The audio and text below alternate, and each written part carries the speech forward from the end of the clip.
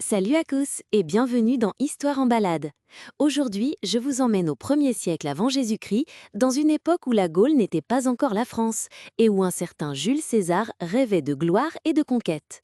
Installez-vous bien, car cette histoire va mêler batailles épiques, résistance courageuse et naissance d'un monde nouveau. Et pour commencer, la Gaule, à cette époque, ce n'était pas un pays uni, hein. Non, pas du tout. La Gaule était un vaste territoire occupé par une cinquantaine de peuples celtes. Chacun avait son propre chef, ses coutumes, ses guerriers, ses alliances. Parmi les plus connus, on trouve les Arvernes, les Éduins ou encore les Séquanes. Et même s'ils partageaient une culture proche, ils se faisaient souvent la guerre entre eux. Et cette division que va utiliser Jules César pour conquérir la Gaule. Exactement. En 58 avant Jésus-Christ, Jules César est gouverneur de la Gaule cisalpine, c'est-à-dire le nord de l'Italie actuelle. Il décide d'intervenir en Gaule, officiellement pour aider les Éduins, alliés de Rome, contre les Helvètes, un peuple migrateur. Mais derrière cette mission d'aide, César a une idée bien plus ambitieuse, conquérir toute la Gaule pour accroître sa gloire et son pouvoir politique à Rome. Et il y parvient comment? La Gaule, c'était immense. Pendant 8 années, de 58 à 50 avant Jésus-Christ, César mène des campagnes militaires méthodiques et brutales. Il avance région par région, s'appuyant sur certaines tribus gauloises contre d'autres, bâtissant des alliances temporaires et utilisant à la fois la force et la stratégie. Les légions romaines sont très bien entraînées, très organisées, avec des ingénieurs capables de construire des fortifications en un temps record. Mais à un moment, les Gaulois se révoltent tous ensemble, non? Oui, en 52 avant Jésus-Christ, un jeune chef arverne, Vercingétorix, parvient à fédérer une grande partie des peuples gaulois contre l'envahisseur romain. Il adopte une stratégie de terre brûlée.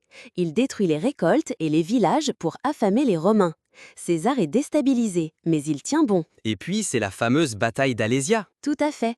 Vercingétorix se réfugie avec son armée dans la ville fortifiée d'Alésia. César encercle la ville avec un double système de fortification. Un mur intérieur pour empêcher la sortie des Gaulois, un mur extérieur pour bloquer les renforts. C'est un siège spectaculaire. Et malgré les renforts gaulois, César gagne. Oui, les renforts sont repoussés, la famine s'installe dans Alésia et Vercingétorix finit par se rendre. Une scène célèbre raconte qu'il dépose ses armes aux pieds de César. C'est la fin de la grande résistance gauloise. Et la Gaule devient alors romaine. Oui, après Alésia, les dernières poches de résistance sont peu à peu vaincues. En 50 avant Jésus-Christ, toute la Gaule est sous contrôle romain. César retourne à Rome avec un immense prestige. Mais cette conquête n'est pas seulement une victoire militaire, elle marque le début d'une transformation profonde. Tu parles de la romanisation, c'est ça? Oui, les Gaulois vont adopter la langue latine, les lois romaines, les villes à la romaine avec des forums, des thermes, des amphithéâtres. Ils construisent des routes, des aqueducs, des temples. Mais ils gardent aussi une part de leur culture. On les appelle désormais les Gallo-Romains. C'est un véritable métissage culturel. C'est incroyable comme une guerre peut changer la vie d'un territoire entier. Oui, et cela montre aussi comment l'Empire romain a réussi à intégrer des peuples très différents.